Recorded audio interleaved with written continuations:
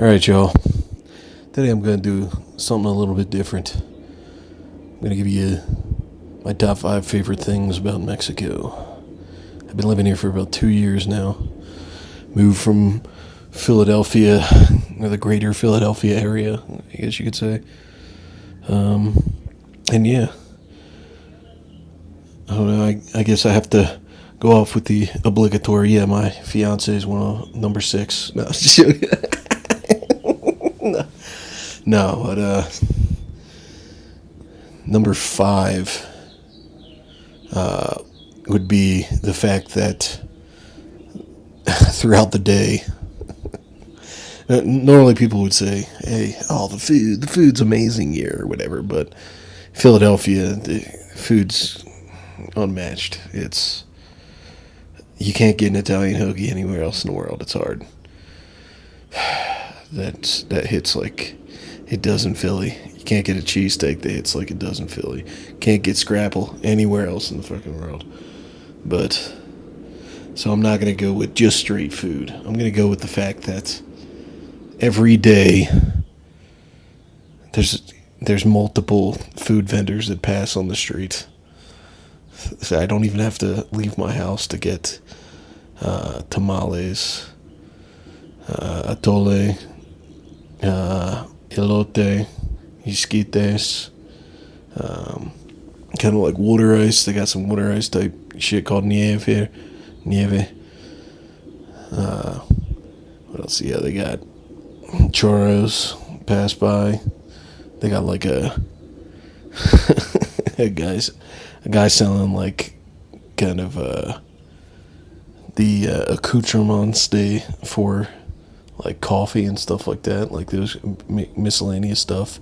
Occasionally we'll have like a dude selling honey that passes by here. There's a dude selling different types of ice cream too. It's just every day here, and it's fantastic. All right, on to me at a different location. All right, yeah. One of my favorite things going down the list here in Mexico is the art in any form whatsoever. Mexico has a deep history in artwork. This amazing piece here caught my attention whenever I first came here, and I was doing walks around this area, and yeah, it really kind of spoke to me in a certain way. But yeah, I think it is a great representation of kind of like a lot of the artwork and stuff like that is around Mexico and the damn it, dude, I was about to say this, surrounding areas. And yeah, this piece is done by Heroes in Chromes. I'll put their Instagrams down below, but that's just one of the many street artists that are here doing an amazing job doing stuff like this, day after day. There's tons of places where, you'll just be riding along in like a bus or something like that, and then you'll just look out the side of your window and you'll just be amazed by some of the amazing artwork here. And Mexico itself has an amazing history with using a lot of colors and everything. Like, you look at anywhere around and it's just all the houses are painted in these amazing colors, and it's just a very colorful area, and it's one of the things that I love about Mexico. Yeah, on to the next thing. All right, so yeah, there's one of the other favorite parts is how much Mexico loves animals, much like myself. So much so, recently, the president made the street dog one of the national dogs here. Contrary to popular belief, though, a lot of the street dogs and stuff have homes. They just kind of get let out during the day, get to go hang out with their friends, get to go harass shopkeepers so they get for chicken and miscellaneous meats and shit like that. But yeah, it's one of the great things about Mexico is there's always a dog or a cat to be pet. It's take 2, so I'm a little bit more out of breath, but My number two most favorite thing that there is in all of Mexico is public transportation and the ability to walk anywhere I want to. I come from Philadelphia, and Philadelphia probably has one of the worst public transportation in the entire world. It's crazy, and you need to have a car if you're living in the United States. There is no transportation option to alleviate the stress of having a car. So, I'll give you an example. From where I was living prior to moving here, to get into the city of Philadelphia, what I would have to do was I would have to find a bus stop. First of all, I'd find a bus stop closest to me, walk along the side of a busy highway where 611 was, to kind of wait at a bus stop and hope that there's a bus coming in, a reasonable amount of time. Most of the time it's like 40 minutes or so between each bus. And then I would take that bus to a train station, if that bus line went and passed the train station, if I was lucky enough to have that. And then I would get to the train station and have to wait again, because the regional rail trains run every hour. So I'd have to be waiting for that, and all to get into the city. And the round trip cost of a ticket whenever I was going was about $14.50 to get into the city. Which at the time I didn't think was unreasonable, but then you look at it, literally anywhere else in the world, and that's crazy. That's my options here. I can literally walk to that street over there and catch a combi. I don't want to, because that takes a little bit more time, so I'd go out to the main street, which has sidewalks on it. Every place I go to has a sidewalk to get there. Crazy. Whoa. What a wild idea. A sidewalk.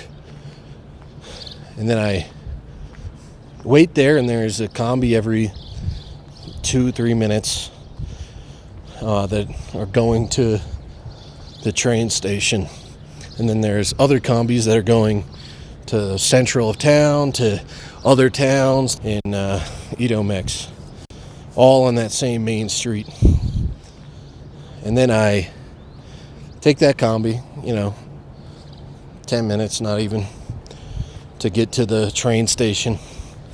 Then I get on a train that runs on a schedule of every, 5 to 15 minutes. I take that into there, and the round trip, well, I should say the combi cost me about 14 pesos each way, which is a little bit pricey for here, but, like I said, in comparison to literally anything in the United States, it's crazy. It's almost criminal. But, yeah. And I look at the train costs to get in and out of the city. It's about $25.50 in pesos each way. And then I'm in the city. Then I could take any numerous amounts of metros, kind of electric-ish bike that you can take in the city to get anywhere I need to go in Mexico City. And you know how much that costs to go anywhere on like a metro or on the metro bus? It costs about 7 pesos, and that's a flat rate throughout the fucking city. Which isn't crazy. It's a crazy thing to think of whenever you come from the United States and they have all these like escalating rates for trains and zone areas where, even whenever I was living in Pittsburgh, I mean, Pittsburgh is, I could literally walk the entire city, and that's considered one zone. And then once you get outside of that, it's a secondary zone. So you need to pay an additional fee. Just crazy. It's like they don't even want you using it. That's how bad it is in the United States. But here, it's amazing. I haven't had to have a car since I've been here, and allows me to walk around and around and around and around, and I'm happy, and it's great, and everybody's less fat. I mean, except for me. I'm still fat, but that is what it is. Let's go on to the next thing. All right, so my number one favorite thing about Mexico is the community. Right behind me, this is the community center here in Hacienda Cuautitlan. Most of the communities around here have their own little centers like this, where they, depending on how good the government, I guess, is, the local government is, that offer stuff like classes for people. This place, they have like Zumba classes at night, yoga classes. They have a lot of stuff that they offer here. And it's a great thing to have. This is something that is hard to come by again in the United States. In the United States, the last place I lived before I lived here was in an apartment complex. I was in my building alone. There was probably about 40 families, and I'm in one of 15 or 16 apartment buildings in the same complex. So just do the math yourself and see how many people there are there. And I was outside almost every day that it was nice, chilling on the bench, trying to say hi to people and stuff like that. But I did not, in the time that I lived there, maybe 4, 5, maybe 6 years, I don't know, I don't remember how long it was, I never knew any of my neighbors. I never knew anybody else that lived in the apartment complex with me. Well, maybe one person, but that's for illicit reasons. But yeah, here I know all my neighbors. I talk to them whenever I'm outside. Everybody in Mexico is always saying, giving you a greeting of the day, buenos dias, buenos tardes, buenas noches, stuff like that. Saying, have a good meal whenever you walk out. And it's just an amazing culture of just nice people. And it's something that, especially in Philadelphia, I mean, we're world renowned for being dickheads. It takes a bit of getting used to, and I'm still getting used to it. But it's just a nice change of pace, and it just upsets me a lot of times whenever you see news and shit talking about Mexico being a dangerous place and being an evil place, when it's not, man. Everybody here is nice. Everybody here is just going about their life, and they love to include you and stuff, and it's just been an amazing experience for me. And yeah, I wouldn't change it for the world, man. I still think Mexico is the greatest country in the world.